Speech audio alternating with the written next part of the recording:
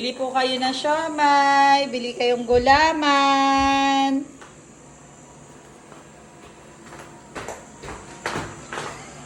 Ano ba?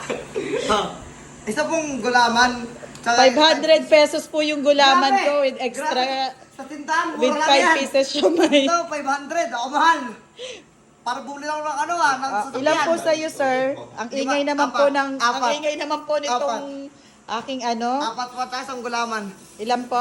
Apat po tayo sa gulaman. Oy, 500 po. O, di pa rin po kumikita yung tindera. 500 pa rin po yung price ng kanyang siomay. 5 piraso po. O sige, Sabi ko gagawin po, apat lang. Apat lang? O gawin ko na pong ilan? Apat. O sige, wait Diba? lang po. Gulaman ko, tetagal. I'm waiting. Ayan na naman po si demanding customer.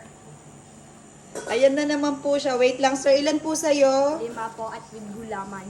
O, ito po yung kalamansi, sir. Ito po. Ano pong gusto mo? Bayad po. Bayad po. Payment first before. O, 500 po. 5 piraso ng siomay.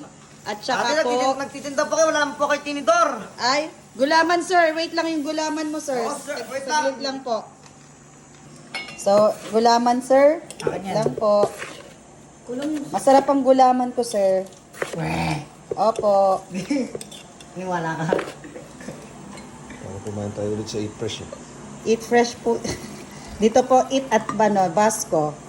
Wow, sarap. O, tikman mo, sir, ang iyong... Ang tagal.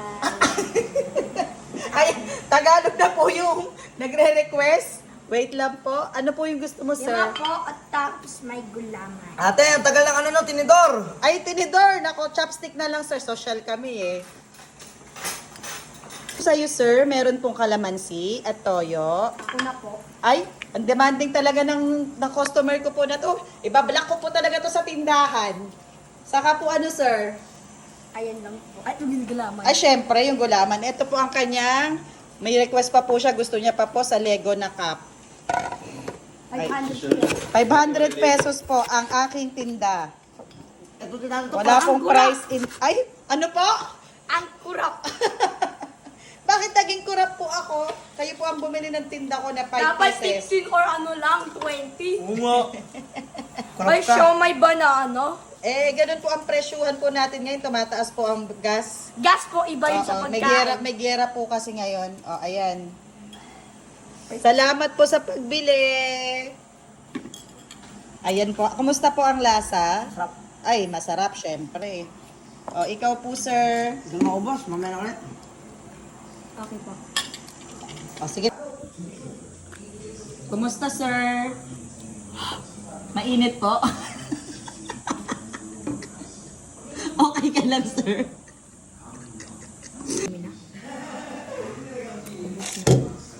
Ubus na po yung gulaman ni sir. Gutom na gutom po yan sa siomay. How will you rate my siomay, sir? From 5 years ago. 4 out of 10. 4 out of 5. Wow, kala ko 4 out of 10. Corrupt. Ire-refund ko yung pera mo. Pag corrupt ka kasi.